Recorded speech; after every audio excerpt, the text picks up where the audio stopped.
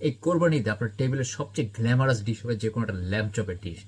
বানানো খুবই সহজ, রেসিপিটা ফলো করলেই খুব সহজে বানাতে পারবেন। সবার আগে ল্যাম্ব চপটাকে ম্যারিনেট করব। ১ম এ দিয়েছি আনারসের জুস যেটা মাংসটাকে নরম করতে সাহায্য করবে। জিরা, লবণ, গোলমরিচ আর তেল।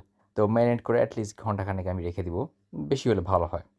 এরপর বিন্নি চাল এবং চিনি গুঁড়া চাল একসাথে মিক্স করে সেটাকে আমি রান্না করে নিচ্ছি। আর পাশে সস বানাবো। তেঁতুলের সসের জন্য চিলি ফ্লেক্স, অ্যানচোভি। অ্যানচোভিটা দিলে একটা উমামি ফ্লেভার বাড়বে কিন্তু আপনি মাছের টেস্টটা পাবেন না। এটা দারুণ জিনিস। সয়া সস, তারপরে হচ্ছে তেঁতুলের পানি আর একটু গুড়। গুড় দিয়ে নাড়া দিয়ে নিচ্ছি। এরপর লবণ দিয়ে দিব। লবণটা খুব বেশি দিব না কারণ যেহেতু সয়া সস আছে। আ এর মাঝে আমার মাংসটাকে আমি গ্রিল করে নিচ্ছি একটু গার্লিক দিয়ে আর বাটার দিয়ে বাস্টিং করে নিতে হবে ভালো করে। আর এরপর রেস্ট রাখবো প্রায় ২০ মিনিট। এর মাঝে আমার আনারসটাকে আমি কুক করে নিব। সেটাকে সিনামন পাউডার আর চিনি দিয়ে ম্যারিনেট করেছি। প্লেটিং এর পালা, রাইস যাচ্ছে, সস যাচ্ছে, তার উপরে ল্যাম্ব চপ, আনারস আর একটু রেড চিলি গার্নিশের জন্য।